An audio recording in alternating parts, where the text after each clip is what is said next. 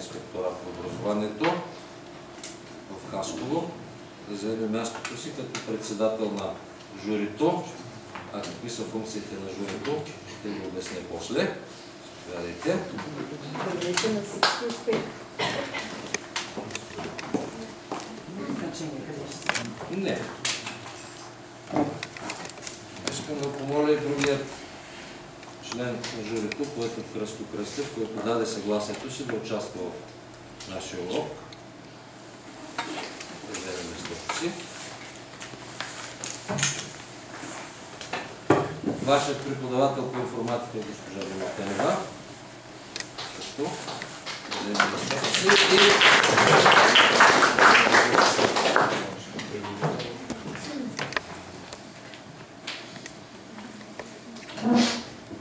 Член на журито ще бъде госпожа Валя Терзиева.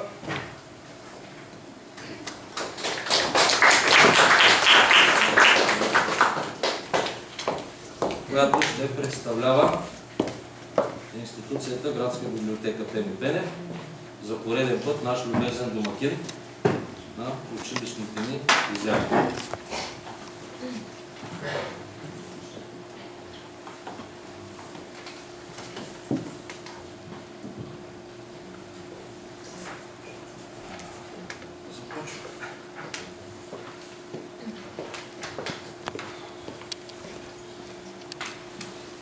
Темата на днешният ни урок е важната морална присъда над следосвобожденската действителност.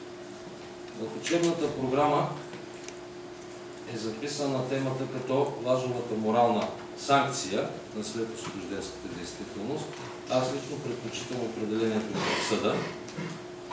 Ще положа усилия да говоря най-близо до българският език, като един малък израз на уважение към писателят, към един от духовните водачи на нацията, към един от духовните съдници на нацията Иван Вазов, към творецът, който в най-голяма пълнота сред всички творци в българската литература е използвал възможностите на българския език. Нашият урок е според заповед на Министерството на образованието за обмяна и стимулиране и обмяна на добри практики в преподаването по български език и литература. СОУ Любен Каравелов е едно от трите училища, които са избрани за да участват в тази идея на Министерството на образование.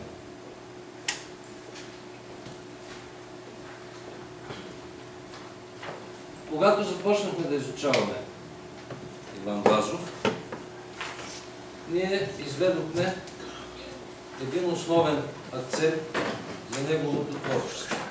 България, на България, за България. Това триединство, което той свято е спазвал в целия си дългогодишен творчески живот, днес ще можем да разгледаме в един друг ъгъл. Възторженият певец на България, 26 годишният Вазов през 1876 година, посветенчески изповядва: на теб, България, свещена, покланям с песни си сега. 5 години по-късно, когато започва най-зрелият период в неговото творчество, най-активният период в неговото творчество, когато той се утвърждава като народен поет, какъвто малко по-късно го обявяват спонтанно всички българи, Иван Вазов написва част от най-осъдителните си към новото след освобожденско време творби. Защо споменавам тези годишнини? Най-напред като малко любопитни факти. Вие не знаете, предполагам, че ще ви бъде интересно, ще го запомните. Преди 130 години, през 1881 година, Иван Вазов е инициатор за издаването на първото българско научно списание "Наука" в Пловдив. В Пловдив Иван Вазов създава най-значимите си творби. За епопея на забравените вече сме говорили, вече сме се подготвили, вие сте усвоили в степента, в която сте положили усилия да усвоите отношенията, основните мотиви и проблеми, посланията на твореца Вазов за героите на миналото, за водачите на нацията, за личностите в българската история, които са дали своя принос за това България да я има. През 1883 година възторженият певец в България Иван Вазов, който клетвено е посветил песните си на нея, издава стихотворението "Пустота". Пустота в главите, в душите, тръни, плевели, бедна страна и окончава. А животът едвам що започва, а животът едвам, а зората едвам що блесна. Какво кара един 33 годишен млад човек, който вече е избрал своя житейски път, да се отрече от клетвената си посветеност? Това, което всички наричаме след освобожденска действителност, което се изучава в историята, което се изучава и в българската литература. След освобожденската действителност е един период, на който аз няма да правя сложни социално-психологически разрези, нито пък ще правя някакви сложни аналогии. Ще акцентирам върху няколко момента, които да ви подскажат какво общо взето представлява първото десетилетие след освобождението на България, 1878 година. Следващите години до края на века, когато младата, свободна българска държава тръгва по един нов път, тръгва да догони достиженията на Европа, тръгва да се отваря към Европа и света. Това неминуемо довежда до нов тип взаимоотношения, довежда на моменти дори до пропаст между различните групи от българският народ. Едни, които бързо се възмогват в материален план, други, които остават в периода на изостаналост преди освобождението, в който са се намирали и продължават жалкото си, не в лошия смисъл жалкото си, а в тъжния смисъл жалкото си съществуване, сред недоимък, сред липса на възможности за развитие. Може би това кара Иван Вазов да напише гневните си стихове, които след малко учениците от 11 клас ще представят според зададената им домашна работа, за която разполагаха в срок от 3 дни, да презентират, т.е. да представят своите виждания, своите възприятия, своето усещане за моралната присъда на Иван Вазов след освобожденската действителност. Преди около месец, тук в тази библиотека, която за нас отдавна вече се е превърнала в едно обиталище на духа, доцент Марин Гадиев, преподавател по методика на образованието, преподаването по български език и литература в Пловдивския университет, представи стихосбирката на димитровградския поет Демир Демирев навътре в мълчание. В няколко гневни изречения срещу сегашната действителност, Марин Гадиев изрече една лично за мен много интересна метафора. Той говори против хората, управляващи духа. Помолих го да ми заеме тази метафора, за да я използвам в някои от часовете си. Разреши ми и сега я използвам пред вас в опита си да направим по-разбираем за вас периода на следосвобожденската действителност. Защо? Да се върнем малко назад, споменах за няколко годишни. 33 годишният Вазов написва най-гневните си сатири, когато според общо приетата християнска традиция е вече на Христовата възраст. Тоест, онова възприятие на всички, на цялото християнство, че тази възраст е граничната, тази възраст е възрастта на осъзнаването, останала не само от библейската символика и библейската митология. Или може би останала и пренесена като представа. Достигайки на Христовата възраст, осъзнатият творец, осъзнатият родолюбец, осъзнатият духовно посветил живота си на Отечеството Вазов, не поема подобно на Христос кръстните мъки, за да спаси човечеството от неговите грехове.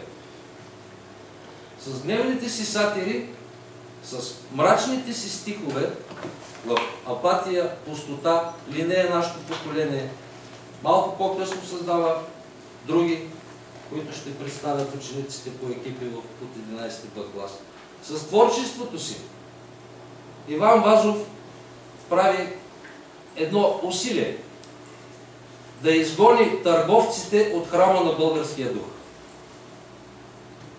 Затова реших да използвам метафората на Марин Гадиев, защото хора, които искат да управляват духа, винаги е имало и винаги ще има. Всяка една нова епоха предлага съществуването на такива хора. Епохата на следосвобожденската действителност, която отразява Вазов, е едно противопоставяне между миналото с неговите възрожденски идеали, с неговия героичен стремеж за свобода. Самият той през 1876 година написва стихотворението "Свобода или смърт", един от девизите на революционното ни възраждане, противопоставяне на възрожденското минало и на новото време. Желанието на твореца Вазов е потомството, за което споменава в стихотворението "Или не е нашето поколение", потомството да не забравя своето минало. Защото е извечна истина, че онзи, който не помни миналото си, той няма поглед върху бъдещето. Постепенно неговият дух угасва, защото той не помни корените си. И точно тогава се появяват такива, които искат да управляват неговия дух. Те са хора, които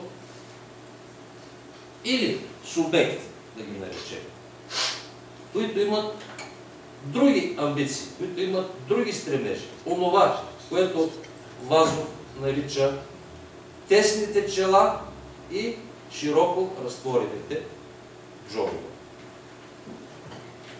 Аз ще спра до тук, защото можем да говорим с часове за Вазовата средносвобожденска действителност и за неговото отражение на тази действителност.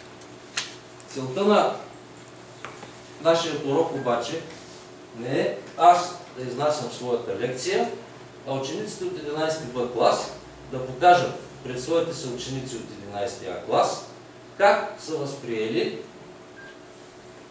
творчеството на Вазов по определена тематична насоченост, като с това подпомогнат и вашите представи, които вече сте натрупали в часовете си по български език и литература.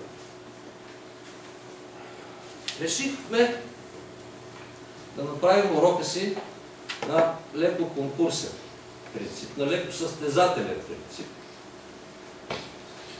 Зададена беше домашна на 6 екипа, които сега произволно подбрани ще направят своите презентации.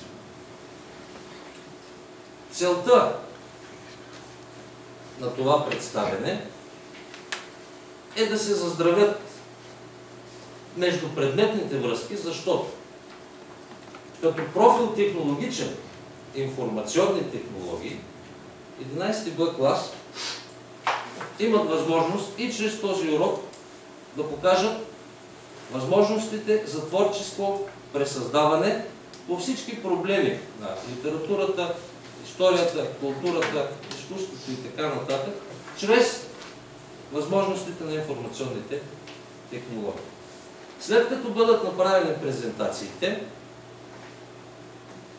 предстои на учениците от 11 А клас да решат един онлайн тест, 15 въпроса в рамките на 10 минути,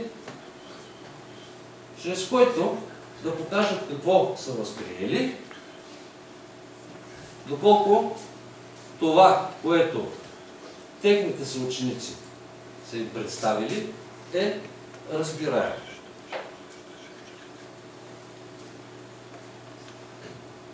Да започнем с представянето. Екип номер 4.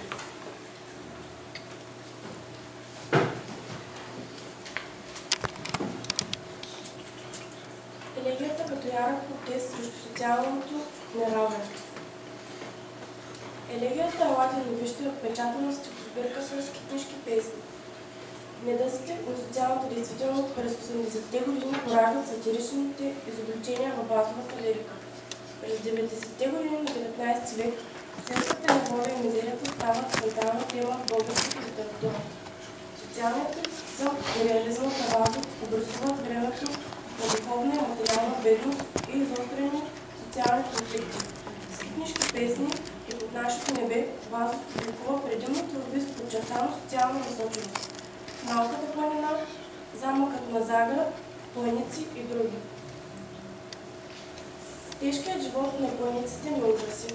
Поделя Вазов с стихотворението "Елате ни вижте". Гласът на поета и стонът на страдалците се сливат в едно. Елегията "Елате ни вижте" покорява позицията на хуманиста Вазов и неговата ангажираност като творец.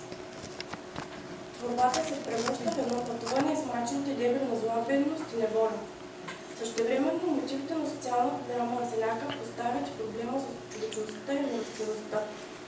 Именно срещу тяхната липса у управляващите е насочена безпощадната критика на твореца. Заявена е категоричният граждански протест. О, доста на думи сте нази любили, елате ни вижте. Чрез творбата си Вазов осъществява своята мисия да пренесе в образи колективните национални чувства през времето и пространството. Все по-нарастващият вътрешен ритъм на човешки и граждански протест присъства в анафорично повторения референт "Елате ни вижте".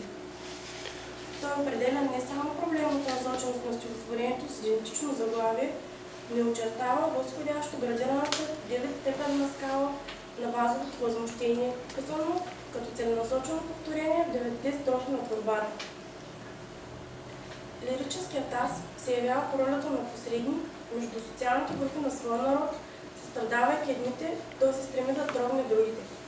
Викът "Елате ни вижте" е изречен от страдалците, но заявена таза подчертава потреса от това, че човекът е лишен от изконната си същност. Тук хуманистичната болка на говорещия прераства в гневен протест. В творбите на Вазов присъстват няколко основни теми: свободата на България и борбата за постигането й, защита и утвърждаване на българското, геройските победи и позорните поражения, социалната и морална нищета. Темата за падението на социалния морал кулминира в стихотворението "Елате ни вижте", насочено към съвестта на управниците.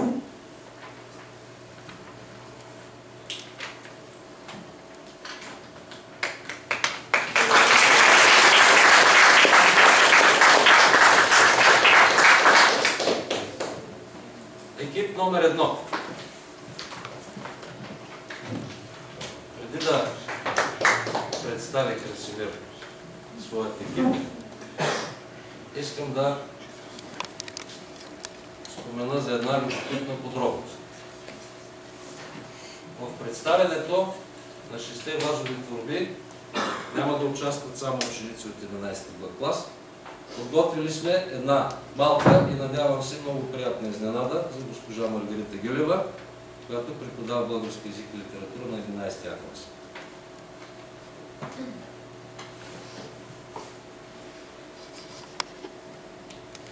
Българският език.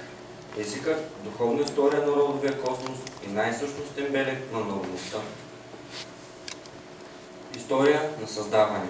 Одата е създадена през 1833 г. в град Пловдив. Тя е написана в отговор на злостните нападки на Вазови съвременници, че българският език е характерен с грубост и немузикалност. Творческият гняв на поета идва от това, че наред студентците и българи нападат родното слово. Повод за написване. Това е родолюбието на поета, неговото желание да възпее, да защити всичко родно. В отношението си към миналото, Вазов търси основания за нашето национално самочувствие. Цялото му творчество е подчинено на мисълта за България и нейната историческа съдба. Езикът и вярата са двете неща, които са съхранили народа ни в епохата на робството. Как се вписва Вазовото творчество? Езикът. Духовна история на родовия космос и най-същностен белег на народността. Родното слово е сред най-основните образи във Вазовото творчество. Творецът и родолюбецът е убеден, че езикът е един от най-същностните белези на народността. Може да се каже, че Вазов е своеобразен продължител на прославата на народната реч, започнала от старобългарската литература, зората на Възраждането, прославена с патриотичната гордост от Паисий Хилендарски, като знак за национална идентификация, около която даскалската поезия създава на свята. Основни мотиви и проблеми. Основните чувства са възхитата и възторгът от красотата и силата на езика. Тези чувства на поета контрастират с презрението към полителите, които се съмняват в правото на народа да развива духовната си култура, народен език. В текста важно място заемат както защитата на народното слово, така и опровергаването на укорите, отправени към него. Основни внушения. Езикът не е свещен, защото на него са говорили нашите деди. Следователно, онзи, който се отрича от езика си, е родоотстъпник.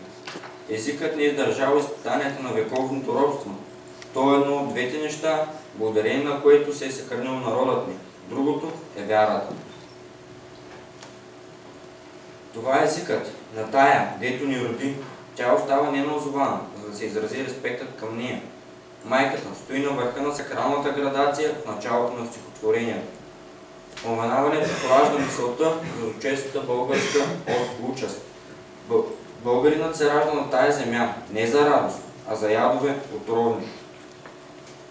Езикът ни е прекрасен, звънлив, гъвкав, изразителен.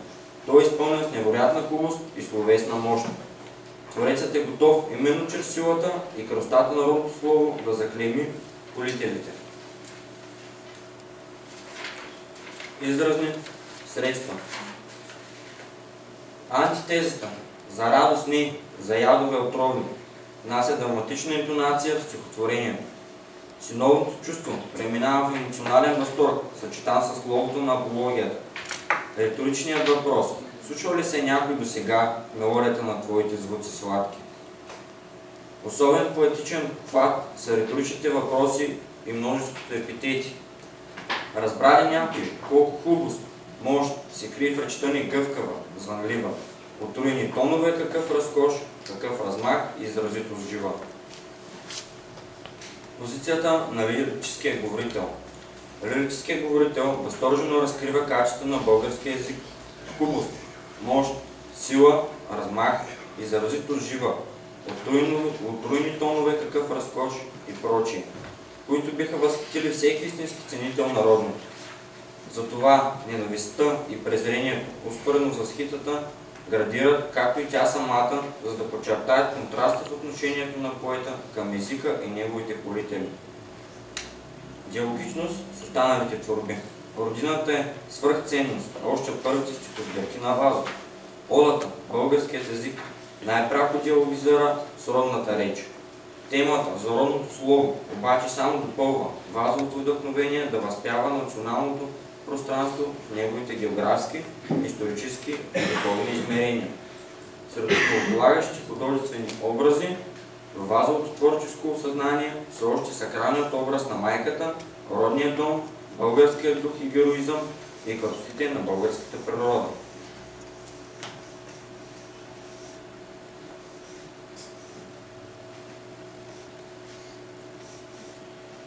Послания на творбата. Одата, българският език, е едновременно конкретен отговор на ругателствата против езика ни, възхвала на неговото богатство и необятните му изразителни възможности, но и защита на националната идея.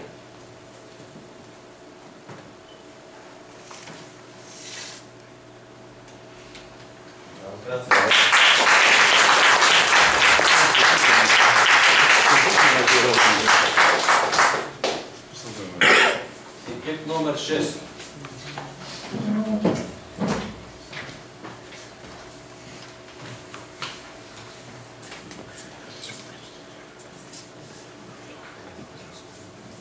И не е нашето поколение между героизма на миналото и срама от настоящето. История на създаване. След освобожденската действителност, предизвикана от твореца гражданин Иван Вазов, тревожен размисъл за разминаването между мечтите и очакванията, свързани с независима България. След опиянението от промяната в българската историческа съдба идва отрезвяващото прозрение за изчезването на романтиката и геройката на предишното време. Песните "Поклонение на България свещена", "На България" 1876 придобиват новото мрачно звучение. У поета се засилва усетът за кризата на ценностите и за пропастта между поколенията. Разпадането на приемствеността между вчера и днес провокира осъдителната позиция, която Вазов изразява чрез гневен или елегичен патос и остри социални сатири. Част от Вазовата присъда над новото време, разчитат новият кумир, са творби, като "В минута на тъга", "Излъчка", "Апатия" и "Практическият човек". Ролята си на морален съдник поетът заема и в гражданската елегия "И не е нашето поколение", писана през 1883 година. Основните мотиви и проблеми. Началният стих, възприет е и като заглавие, очертава мотива за отговорността на настоящето пред миналото и пред бъдещето. Чрез него лирическият говорител проблематизира вината на поколението за липсата на приемственост в следването на задачи славни. Моралната присъда е внушението, че линеещото поколение лишава потомците от посоки и ги обрича на съществуване без духовни ориентири. Композиционно творбата е разделена на 3 фази, всяка от която съдържа по 2 строфи с различен адресат и натоварени с различно идейно-смислови внушения. В първите 2 строфи лирическият говорител включва и себе си в общата картина на смразяващото художествено изображение. Не е нашето поколение, навред застой и убийствен мраз, ни топъл лъч, ни вдъхновение, ни пада върху нас. Констатацията е ужасяваща. Къде вървим? Не мислим твърде. Посока няма в нашия път. спокойно бият тесни гърди, кога от злоба не кипят. Лирическият говорител очертава самоубийствените измерения на битуването сред егоизма, линеене, духовен застой и безпросветен мраз, символи на древнодушието и липса на нравствени ориентири на обществото. Патоса на моралната присъда на лирическия говорител се проявява в рязката смяна и на интонацията и на гледна точка в трета строфа. Стресни се, племе закъсняло, живееш ли, мреш ли, ти не знаеш. След те потомство иде цяло, какво ще да му завещаеш? Лирическият говорител се дистанцира от закъснялото племе, което внушава нарастването на гнева му спрямо липсата на етическата основа в обществото, върху която да се гради и бъдещето на потомците. В интонацията на лирическия говорител зазвучава тежкотоп, ботевско обвинение. Живееш ли, мреш ли, че не знаеш? Призивността на риторичния въпрос се долавя и водителския патос, наследен още от Паисий. След те потомство иде цяло, какво ще да му завещаеш? Тъжно е прозрението на вазовия лирически човек за несбъдването на възрожденския идеал, завещан от предците на народа, който се е самопризнал до племе. Огубващо е равнодушието и тесногърдието на закъснялото племе, а това е повод и за тързанията на лирическия говорител, който е загрижен не за съвременния бит, а за бъдещето битие на народа, чието изразител се наема да бъде. От тук проистича и градацията в риторичните въпроси, чието внушение е подсилено и с анафората. И от твоя път се вече здравни, и онямаш другите съдби, и онямаш ти задачи славни, и цяло бъдеще с борби. Последните две строфи на творбата, според литературната критика, може да се долови някаква далечна реминисценция с моята молитва на Христо Ботев. И действително, вазовия лирически герой се обръща към Бога, но не с Ботевата молитва. Не оставяй да изсине буйно сърце на чужбина и животът да премине тихо като през пустиня. Молбата на вазовия лирически човек е по-осъвременена. Онова, което липсва на съвременника му е ценностната опора на идеала. Обращението към Бога е метафора на тлеещата надежда у лирическия герой на Вазов, че въпреки застоя на здравите, убийствения мраз, на грубия практицизъм и мрачната безпросветност на тесните гърди, идеалът е завещан от предците, все пак не е безвъзвратно изгубен. Вероятно и това е смисълът на трикратното анафорично градиране на риторичните въпроси, подчертано с констатацията за това, което очаква племето, борбата за едно достойно бъдеще. Пожелателно заповедния финал на елегията и не е нашето поколение. Не де оставя без звездица моряка в нощния мрак остал, безутро мъничката птица, народите без идеал. Утвърждава вазовия нравствен максимализъм и придава универсално значение на проблемите за перспективата пред българското общество, чрез съхраняване на племената за духовния героизъм на миналото и оттърсване от срама на настоящето, да изгради достойно бъдеще на нацията.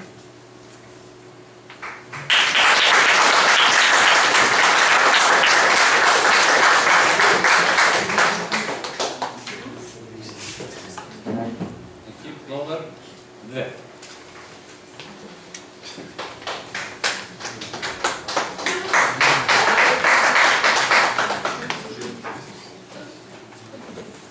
Средство да нямаш врагове. Сатирата на твореца срещу гъвкавия морал. Вазовата покруса от бързо променящата се българска действителност в първите години след освобождението прераства в дневна сатира. И поетът написва стихотворението «Средство да нямаш врагове» през 1882 година. Това е толкова негативно общественото поведение на новия тип българин след освобождението, че със всеки стих поетът отрича човешката му същност. Вазов наблюдава процес на съзнателно обезличаване. Преклонената главичка остра сабя не сече. Тази истина едничка, кой би смял да отрече? Тези стъпителни стихове цитират стара пословица, която Вазов и други свои произведения нарича уместилно за човешкото достоинство. Например, в Подивото тя се припомня двукратно при еднотипна ситуация. Българин прибягва до унижение, за да спаси своя остарял властник. Преклонената глава наистина е била средство за оцеляване, епохата робство. За разлика от романа в стихотворението, героят търси не да защити, а да осигури околния и уреден живот на облагодетелстван човек, определил материалното благополучие за главна цел. Той избира и начина и постигането й. Пряка последица от такъв избор е безграничен. Липсата на собствено мнение. За начала, убеждения, предпригна не влазам аз. Нито ме е много еня, кой ще мисли в този час. Отношението му към окръжаващите е еднопосочно. Отделният човек го интересува единствено с оглед на ползата или вредата от него. Готов съм услужливо право всеки му да дам. Доколко героят осъзнава неетичността на поведението си, остава второстепенен въпрос. Липсва му стеснение, чувства за неудобство, огризение. Моралните категории са му чужди, живеят извън него. Що е бяло, черно, сиво, аз не знам, не ще да знам. Такава житейска философия комплементира изгъвите, с който е изразена. Все е важно за човека да е скромен и разбран. Не пречупва се гръбнака от един учтив метан. Учтив, тих, скромен, услужлив, разбран, може и в друг контекст да означава истински добродетели. В случая обаче кротостта или учтивостта са само средство до някъде прикритие на истинската цел, затова се превръща в отрицателна характеристика. Налице е истинският болник на практическия човек от едноименното стихотворение на Вазов. Двете творби разкриват един и същи феномен с еднотипни носители. И двете са монолози. По този начин персонажът изпълва. Целият текст, авторното отношение не се изявява открито. Това, разбира се, не означава, че такова отношение липсва. Разкривайки себе си, героят всъщност се саморазобличава. Автор и читател, обединени, макар и извън текста, реагират срещу него. Други въпроси, поставяли ли са го и литературознанието, и самата литература, доколко такова изобличение може да бъде ефикасно, доколко е по силите му да съдейства за коригиране или изкореняване на отрицателните явления и дори доколко разобличеният може да се познае в текста. От този повод са правени твърди горчиви заключения за съдбата на литературната сатира. Но от своя страна тези заключения не са били пречка сатирата да съществува, широко да се възприема и да дигне глас срещу човешките недъзи. Благодарим за вниманието.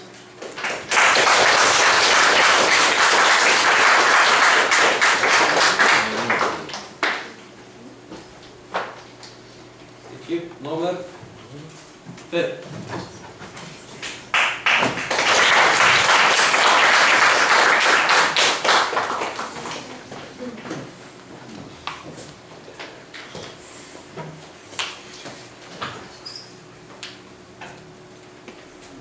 век. 1900 година книжка първа на току-що основаното списание Надежда помества на първата страница следното стихотворение. 20 век. Стихотворението е датирано в София 1899 и е подписано Иван Вазов. Не е в унисон с името на списанието Надежда и с програмното му подзаглавие списание за поука и забава, особено за млади хора. Днес се знае, че под същото заглавие Вазов е написал още едно стихотворение, ето го според саморъчния ръкопис. За разлика от публикацията в Надежда, ръкописът е датиран малко по-конкретно. София, октомври 1899 година. Подписът е същия. Иван Вазов. Явно редакторът е поискал от поета да разведи черните краски и поетът е склонил и за да не изглежда мекошаст в отстъплението си опитва се да го превърне в почетно. Тъй аз съм по-доволен, тъй песимизмът не ми е по характера и тежнее на душата ми. Други обстоятелства и пред друг събеседник, професор Шишманов говори, че стихотворението му има пророческа сила. Мотивите за написването са продиктувани от настъпването на новия век, с което настъпва и надеждата за по-добър живот. Проницателният поет вижда на празните очаквания на народа. с "Ние влагаме в нов век, но не в нови дни. Въпроси зловещи висят нерешени, царуват и тежки злини, вериги дрънчат неструшени." Проблемът на противоречието между проповядваните човешки и граждански ценности, които 19 век се приписва, което като свое постижение и фактическото положение. В сходното произведение векът присъства външния враг, въглонната Европа, но в 20 век този враг отстъпва и човечеството вече се дели на две части. Изтерзания човешки род, който в векове е изпълнял за правда, мир и щастие, и онези, в чието ръце се намира голият меч, с който се приковават или се ковава всемирния хомот. В така очертаното противопоставяне ролята на народния поет, който е призван да защитава принципите на човечеството, е ясно определено. Поетът гражданин трябва да защитава правата на угнетените и оскърбените. Възторженият певец на България, великият патриот, вижда как едно робство се изменя с друго, как предишните поборници сега са древни кариеристи, как се шири беззаконието, как смели хора мълчат и не смеят да се оплачат от несправедливостите. Новото време е по-жестоко, по-безсрамно, по-страшно от времето на османското робство. Вазов се гневи от това, но и се мъчи да проумее къде е причината. Кое е довело до упадъка на нравите, до изостряне на жалките амбиции, до предаването на националните интереси заради лични облаги. Цялото творчество на Вазов, неоспорим център на родината и родното, и неизчерпаем извор на неговото вдъхновение, постоянната тема на размислите. И в това произведение лирическият говорител изповядва безграничната си любов и загриженост към потиснатия български народ, който с надежда поглежда към идващите нови дни. Като истински духовен водач, лирическият говорител изказва истини, споделяне от всички и го прави по възможно най-въздействащ начин, така че всеки от нас да възприема общите констатации като лично изстрадана истина.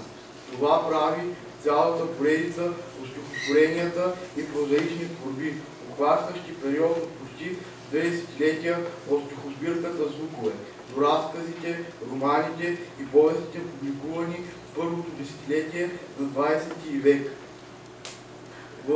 Сред тях особено се откроява и творбата 20 век. Стихотворението "Векът" е начало на една извънредно плодотворна линия с творчеството на Вазов, където се описват мъките и теглилата на българския народ. Тук могат да се включат и шедьоври като Левски и опълченците на Шипка, "Елате ни вижте", "Мине е нашето поколение", "Еповете" и други. Вазов е писал много повече, отколкото всеки друг български творец. Поредицата от романи, повести, драми, разкази и стихотворения има доста творби, чието художествено значение ще бъде вечно. Вазов ще остане винаги близък на българина със своите свободолюбиви чувства и мисли. Поезията на Вазов има свои духовни и нравствени измерения. И в това е една от най-големите поуки на Вазовото дело. Той умее да изразява съвременността до върховете на историята и да вижда в нея трайното, голямото, а историята да превръща в съвременност, изживявайки я до равнището на висока поезия.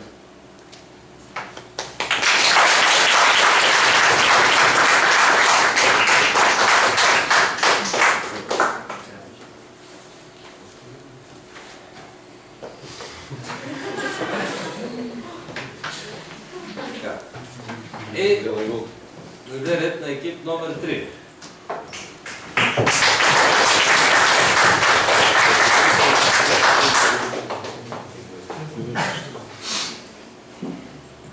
Практическият човек. Противопоставянето на две епохи. Стихотворението е публикувано в стихосбирката "Гусла", издадена през 1881 година. В поетичния сборник са отпечатани и първите 6 оди от цикъла "Епопея на забравените". Поводът за написване на сатирата "Практическият човек" е негативното отношение на Вазов към съвременните представи на обществото за начина на живот.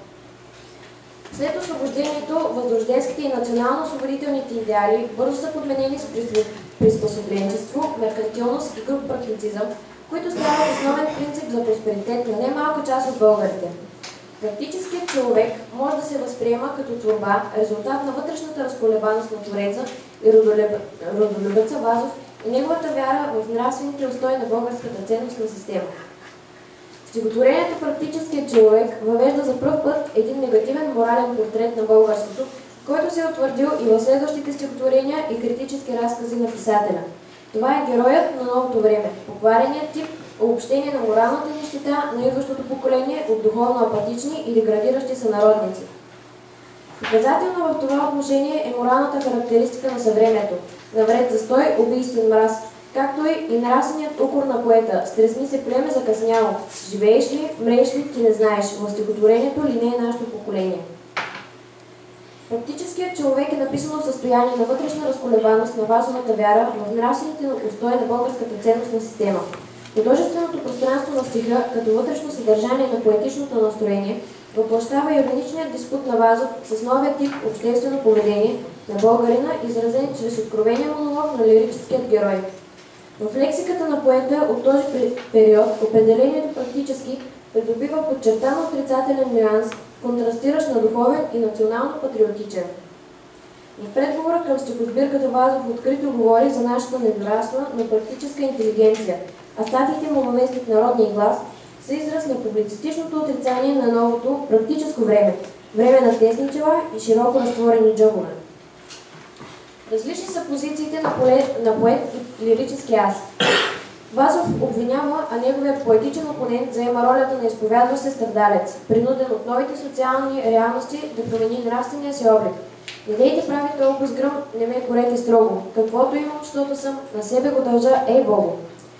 Причините за тази насоченост на много произведения на Твореца от една страна са свързани с противопоставянето му като писател и като гражданин на опитите на някои страни, преследващи свои интереси, преди всичко териториални, да омаловажат приноса на българите за тяхното собствено освобождение, а от друга са социалното и политическо развитие на Нова България, където идеалите на възрожденците, техният възрожден и чист патриотизъм бързо изгубват своята стойност.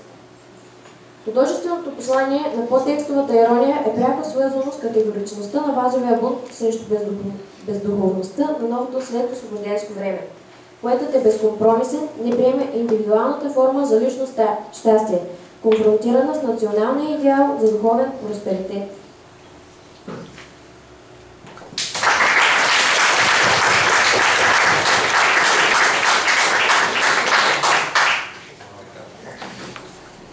Разглеждайки художествените текстове, които имате пред себе си, вероятно добихте и от представянето на вашите съученици някои нови представи за Вазовото творчество.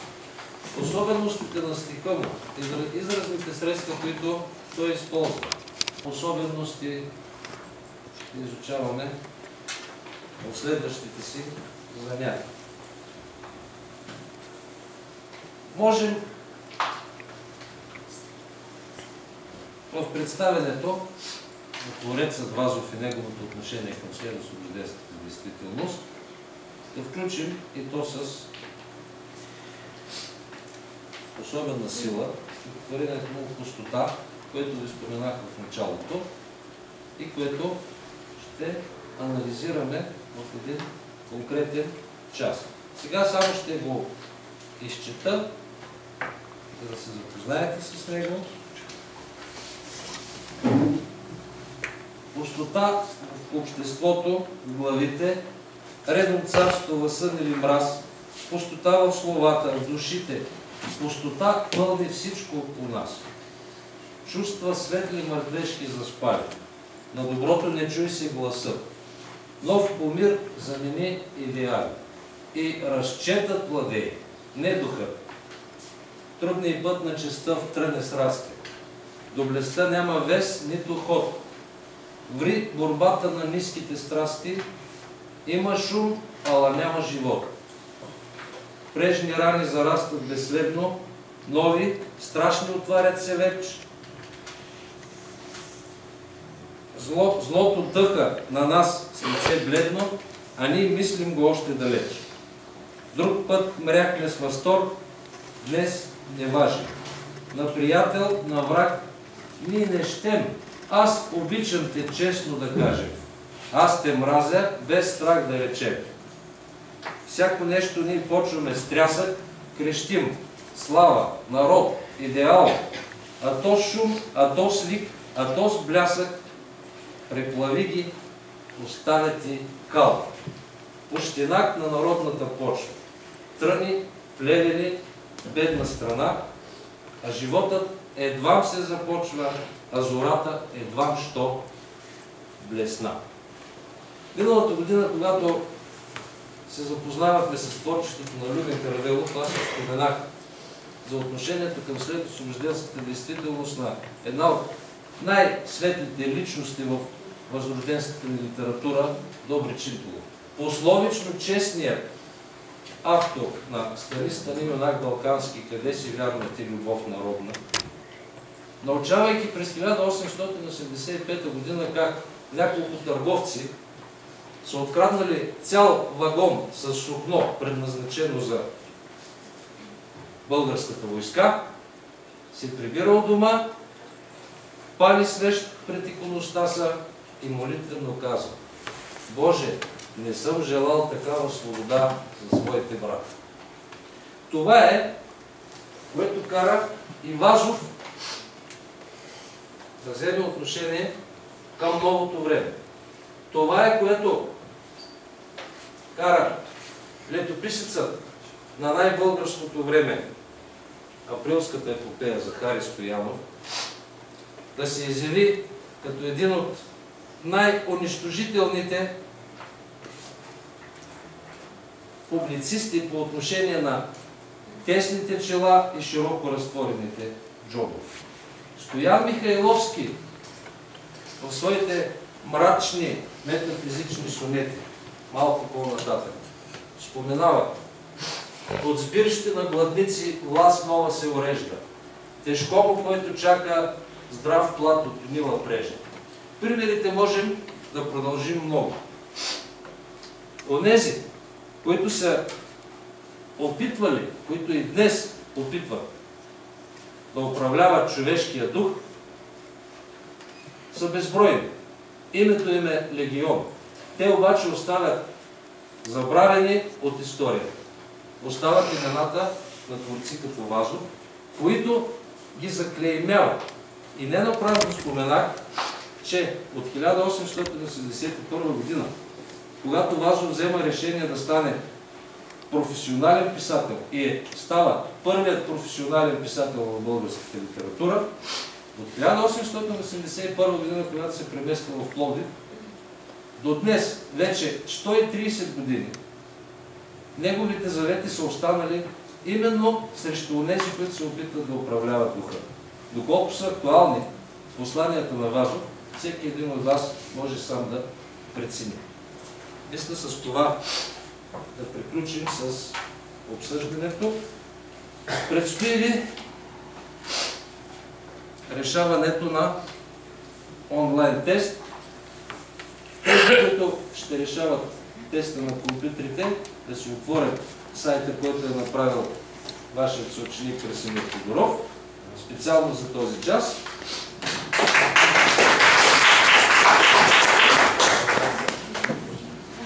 Въпросите на теста ще бъдат и върху дъската за презентации. Тестът се нарича "Какво научихме в час?" Върху от художествените текстове, които са пред вас, от това, което акцентираха вашите съученици от презентациите си и от това, което, надявам се, аз съм успял да ви кажа, имате възможност в рамките на 10 минути да проявите своите умения за усвояване на някаква информация. През това време ще помоля журито да събеседва и накрая госпожа Ели Велкова да ни съобщи комплексните оценки след решаването на теста. Всички, които искат да го решават като една малка практическа работа, разполагат с листи и да си пишат верните според тях отговори. Въпрос по въпрос ще бъдат изобразяване на екрана.